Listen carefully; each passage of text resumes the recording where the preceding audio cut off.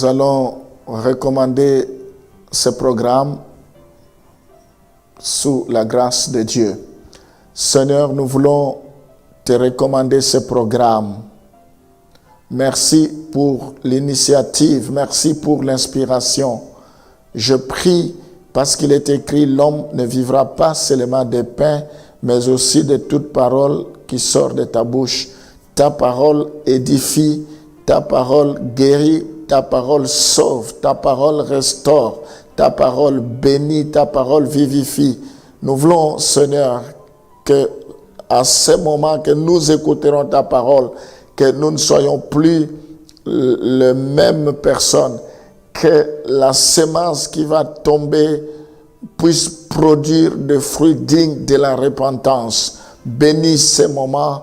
En même temps, nous profitons pour te recommander toute la journée que les chemins soient balisés, que tout soit aplani.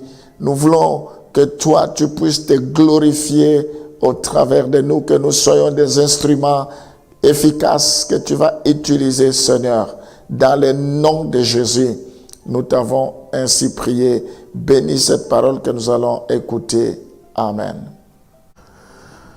Nous continuons toujours avec notre sujet concernant la croissance spirituelle. Nous voulons voir l'origine de la croissance spirituelle. Qu'est-ce qui peut faire à ce que nous puissions grandir, nous puissions nous épanouir. Nous allons lire Romains chapitre 8, le verset 29. Romains chapitre 8, le verset 29.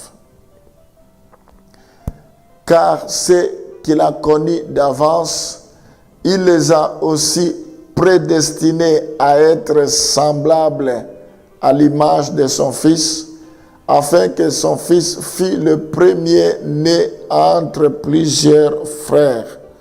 Nous voyons dans ce passage le plan de Dieu qui est de rendre ses enfants semblables à Christ. Le plan de Dieu est de nous rendre semblables à Christ. La Bible dit, car c'est qu'il a connu à l'avance. Dieu nous a connus à l'avance. Alors que nous étions comme une masse informe, il nous connaissait. Alors que nous étions dans les seins de notre maman, il nous avait choisis. Alors qu'avant que nous venions au monde, il nous avait déjà appelés. Donc, ceux qu'il a connus d'avance, il les a aussi prédestinés à être semblables à l'image de son Fils. Ici, Dieu nous a prédestinés à l'image, à être semblable plutôt à l'image de son Fils. Donc, ici nous voyons le plan de Dieu qui est de rendre ses enfants semblables à Christ. Donc, nous devons grandir, nous devons devenir semblables. Qui veut devenir semblable à Christ veut dire il faut grandir, il faut croître, il faut devenir semblable à lui. Il nous prend d'un point A juste pour nous amener dans un point B.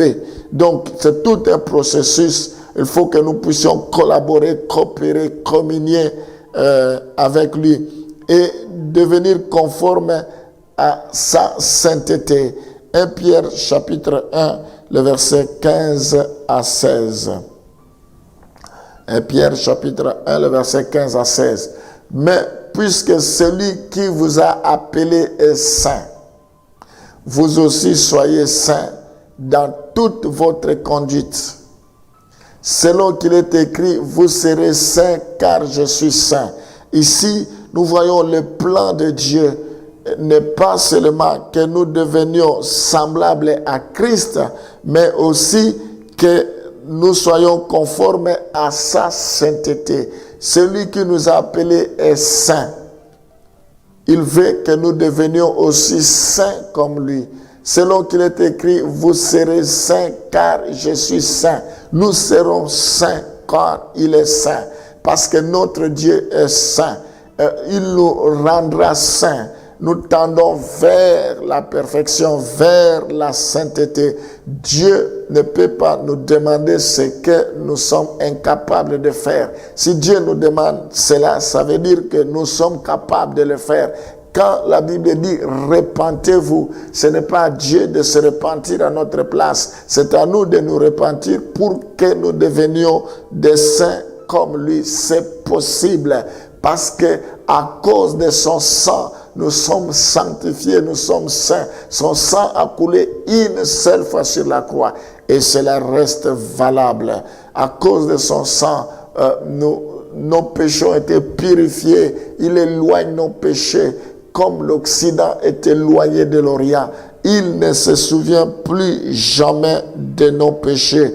Nous devons, voilà l'origine de la croissance spirituelle. C'est parce que c'est Dieu qui le fait. Parce que c'est Dieu qui en est l'incitateur, l'initiateur. C'est lui qui est à l'auteur de cela. C'est son souhait. Et comme c'est son souhait, nous allons y parvenir. C'est lui qui le fera à notre place.